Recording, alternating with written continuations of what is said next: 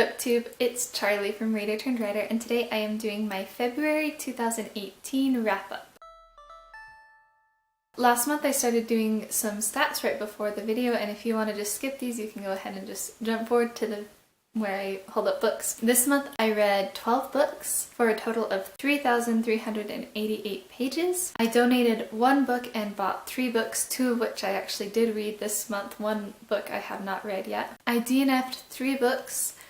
I only count it as a DNF if I get at least 20% of the way through the book before I stop reading it, and I did that with 3 ebooks this month. Of the books I read, 8 were written by female authors and 4 were written by male authors. I read 1 graphic novel, 1 YA, 1 classic, 5 fantasies, 1 mystery, 1 contemporary, and 2 nonfiction. 2 of the books I read were from the library. I owned 6 of them hard copy. I read 4 of them on my Kindle. 0 of them were audiobooks, although I am currently listening to an audiobook. I'm just not finished with it yet. And of the list that I have of the books that I want to read this year, 0 were read this month. Although I have started 2 of the books on that list. I just haven't finished them yet. And then for star ratings, 4 of the books that I read were 5 stars, 5 of the books that I read were 4 stars, and 3 of the books that I read were 3 stars. I didn't have any 2 or 1 stars. It's rare for me to get a 2 or 1 star because I usually DNF it if I feel like it is going in that direction,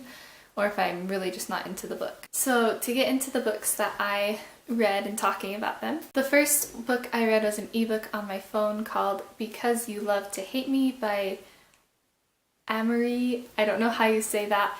Basically, this was an anthology, and it basically, from what I understand, a whole bunch of booktubers actually came and gave different authors some prompts, and then they wrote a short story and collected them into this anthology, and the short stories were all about villains. The main character was the villain, basically, in all of the short stories. I actually gave this 3 stars. There were some of the stories that I absolutely loved, some of them that I hated.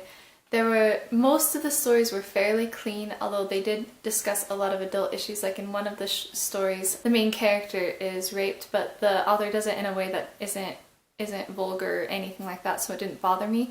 But one of the stories had a lot of promiscuity with teenagers, which I didn't like, and it was also written in text form, like texting on your phone, and I didn't really like that. And then one of the stories used a lot of language, particularly the F word, and that bothered me. And there were just a couple of the stories bothered me.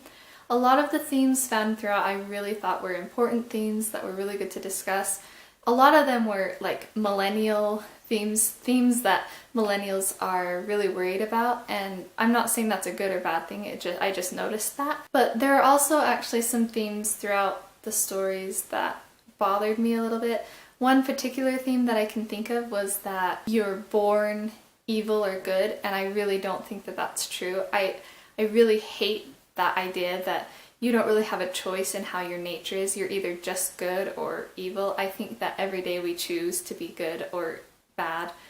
You know, by the choices that we can make good choices and become a better person, or we can make poor choices and become a worse person. And there were some stories that very blatantly were projecting the idea that we don't really have a choice, we're just born that way, it's our nature. Another theme that was kind of found throughout, which isn't surprising considering what the book is, but it's just that being evil or making wrong choices can sometimes be the right thing, and I actually don't think that that's true. I think that if it's the right thing, it will pretty much always be the right thing. I gave it 3 stars because there were some stories that I really, really loved and some that I didn't, but there was a lot of stuff in it that, like, I wouldn't want my daughters reading it until they were at least adults because of some of the themes and some of the things found throughout, and so that's why I gave it 3 stars. The second book I read was The Princess Academy by Shannon Hale. This was a reread for me. I read this when I was in high school for the first time, and I absolutely loved it. It's one of my favorites of Shannon Hale's books. If you like princess stories or fairy tale type stories, you should definitely give this a read because it is super, super good. I reread it because I actually bought the next 2 in the series. There are 3 in the series that I didn't read in high school because they weren't out yet, and so I wanted to reread it before I read the other 2. So then next was the second one in the Princess Academy series, which was Palace of Stone, and it follows some of the same characters as Princess Academy. I actually gave Princess Academy 5 stars, but the next 2 books in the series I gave 4 stars because they were still really, really good and I enjoyed them. But I didn't like them as much as the Princess Academy, and I actually didn't think they were quite as well written with the plot and everything. Palace of Stone basically is a story about social unrest and political tensions and a king who isn't taking care of his people and the problems and how they're trying to solve that with an obstinate king. And one of the things I disliked about it the most was the ending. Maybe I'll do a review on it because I don't want to give away spoilers, but the ending really bothered me. It's a trope that I've seen in some other books, and maybe I'll discuss that in a different video as well, but I don't like, it's like the ending was wrapped up too neatly, too quickly, and I don't really like that when authors do that. Then the third book in the series is The Forgotten Sisters, and I ended up really liking this one actually more than the second one, even though at first I wasn't sure, because at first the main character is sent to a swamp to teach these other princesses, well, to teach these girls that live in the swamp that might be a princess that might get married to a king. And the swamp characters, especially the 3 sisters that are there, feel caricaturized. I don't know if that's a word, but they feel that way to me, like overdone a little bit right at first. But as you get to know them better and as they grow as characters, you really do grow to love them as characters, and same with the other people that live at the swamp. The plot at first also seemed very forced to me, like I was like, what the heck, this is so random.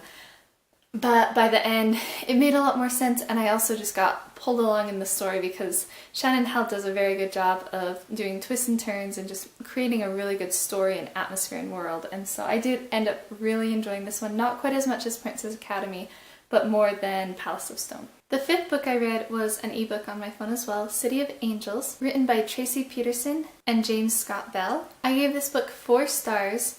It was a slow start for me. I wasn't sure at first that I would even finish it when I started reading it. I just wasn't immediately pulled into the story, but the more I read in it, the more I enjoyed. It's about a young woman who moves to California, and she wants to be a lawyer, but it's set in the early 1900s, and so there's basically no women lawyer. There's hardly any women who practice law or anything like that. And so even though she went to a law school where she lived, she came up against a lot of hardships as she was trying to become a lawyer. And there's a very, very creepy bad guy in this book that I absolutely loathed, which was fun. And I really, really enjoyed the lawyer parts and the detective parts and everything, because I like those kinds of stories, and that was my favorite part of it. And the author actually did a lot of research and used a lawyer that was in that time as one of her characters in the book, and so that was kind of fun too. So 4 stars. It was a well done book, not my absolute favorite, but I really enjoyed it. I also read The Art of War by Sun Tzu.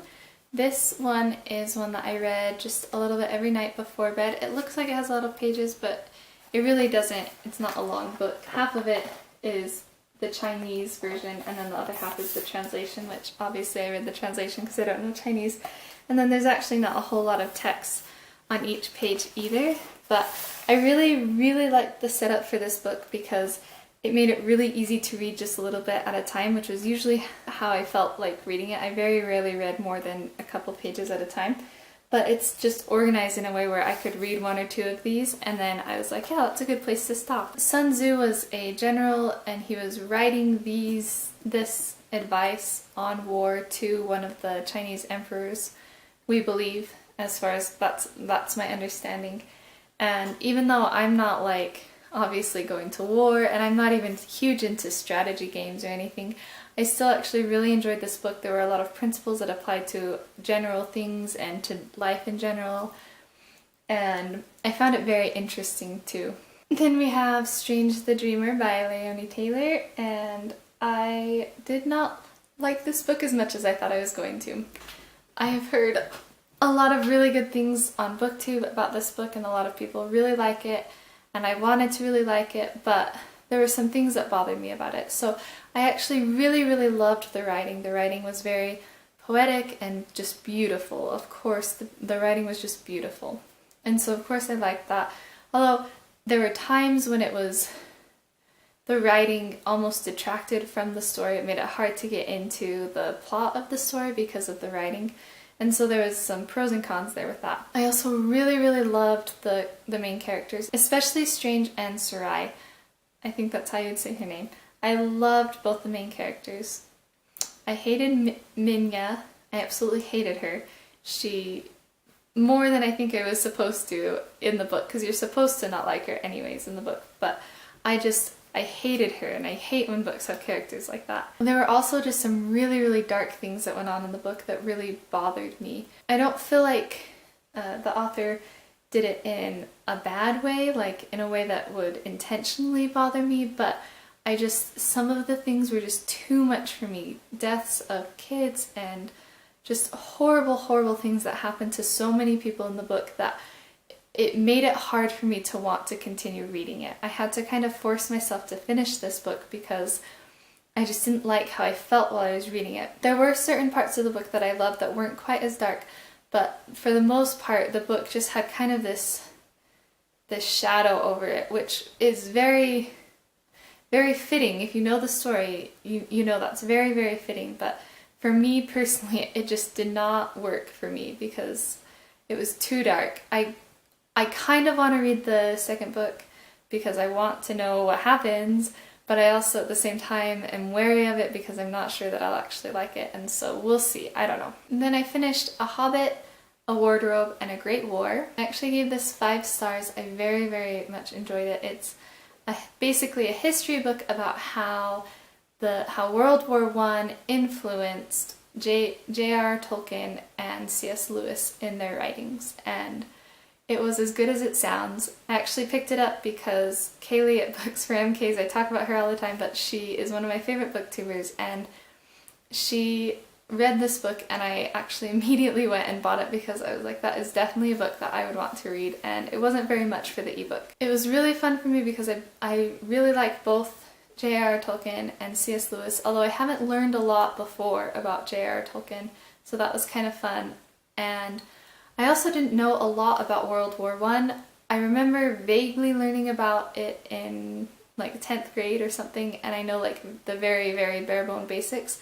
And I also know about a little bit about it just because of Downton Abbey, but Downton Abbey was my biggest exposure to World War I. And so this I learned a lot about that and about both the authors, and it really made me want to reread both their works because some of their works I haven't actually read. I read their most famous ones, and those were quoted a lot, and it just made me want to go back and reread them, and it made me want to read the works of theirs that I haven't read yet. It was a great book though. If you like those authors or World War I, you would probably really enjoy that book. The 9th book I read was The Sweetest Spell, and this is a book that I saw at a secondhand store and I bought because of the cover and because of how good of condition it's in. I think it was only $1, might have been $2, but it was in really good condition and it looked like the kind of book that I would pick up, and so I bought it, and I don't think I even read the back cover, so I didn't know anything about it, but it was definitely my kind of book. I'm super glad I bought it because I absolutely loved it. I gave it 5 stars as well. If you like fairy tales or fairy tale retellings, this is definitely a book that you would probably enjoy. The main character, Emmeline, is what they call a dirt scratcher, and you can't get much lower than that in their society. They're not even considered real citizens, I don't think. And she's born with a lame foot, or a crooked foot or something, and so she can't walk very well, and so that makes it even worse for her. But then she discovers that she has a connection with cows, which sounds utterly ridiculous, but it's actually very well done and not silly at all in the book. The author pulled it off very well. And then she discovers that she has a special gift, that she can make chocolate, and nobody else can, and that pushes the plot along. There's the sweetest love story that's not overdone, but just really, really cute and innocent. You really, really come to admire and love Emmeline. She goes through a lot of hardships, but she stays strong through it all and always tries to find a way to help her situation and help those around her. The one thing I actually did not like about the book was the ending. Some parts of the ending I really did like, but it was one of those, it was kind of tied up too neatly in a little bow again, and I honestly just don't think that, especially when it's a book that has politics in it, politics are so gray. There are no black and whites, and books sometimes make it feel like there's a black and white, there's an obvious solution, and if you just do that, then everything is magically fixed, and this book kind of does that a little bit too, and it does bother me when books do that, but it's still a really, really good read, and it didn't bother me enough to knock a star off, so, because I didn't feel like they did it too badly, but I loved the book. I read it super, super fast. It was a quick read for me. Then I read A Monster Calls by Patrick Ness. This book, I was at the library, and I was actually trying to find a different book, but I couldn't find it, and I saw this one, and I'd heard a lot about this book before on BookTube, so I decided to get it, and I am so glad because it is one of my new favorite books. I absolutely loved it. It is about a 13-year-old boy whose mom is dying of cancer, but there's kind of a second plot going on where he's having a bad dream about a monster, but then another monster shows up at his house, and it's different from the one in his dream, and those two plots go along and they tie in so well, especially at the very end, and I absolutely bawled through like half of the book, and you love the main character. There's there's like true friendship in it, there's bullying, there's the whole, his mom's dying of cancer, there's a dad who's just you hate, and a grandma that he thinks is a wicked witch basically, and just him working through what he's going through is so beautiful and touching, and they did such a good job with this. Patrick Ness did an amazing job. There's also just beautiful, beautiful artwork all throughout the book. I would definitely put this in at least top 10 of my favorite books. Then I did Avatar: The Last Airbender, The Promise. This is a graphic novel. You can buy it in 3 parts, or this is just all 3 parts together, and I got this for my husband for his birthday, and I was trying to wait for him to finish it, but he got going on a different book and hasn't actually progressed in it for a while, so I decided that I would take it and read it really fast so I could get another book in before the end of the month, and it was very, very well done. I gave it 4 stars. The artwork was really great. I was a little bit worried. Some of the reviews on Amazon said that they didn't like the story, the plot as much, or the artwork as much, but I actually liked both. I liked the artwork, and I also really liked the plot. I thought it was interesting. There were some parts where it was slower, so it might be a little bit harder to get into, but I didn't have a problem reading it really quickly. I also felt like the authors did a very good job of staying true to the characters, adding in funny little quips at the right moment from the characters that you would expect. I think anyone who has a love of Avatar would absolutely love to read this book. The last book I read was Real Homeschooling by Debeus, and this was an ebook that I read. It was really short. It was only like 63 pages or something. I gave it 3 stars. I did not love it. There were gems throughout, which is why I continued to read it, but I actually skimmed a lot of it because it was boring to me. It was probably just that the book didn't click with me, because the writing, I thought the writing was well done and it was well organized and everything, but it felt like she repeated herself a lot to me, and I just got bored a lot with what she was saying, like almost like she was saying obvious things. I'm not sure why I didn't like it that much, because she had a lot of really good gems all throughout. I highlighted quite a few things. It was just in between the highlights, it was really boring for me, and so that's why I gave it 3 stars. So that's my wrap up for February. It's a pretty good month. Have you read any of these books? What did you think? Let me know in the comments below, and I will see you in my next video. Thanks for watching.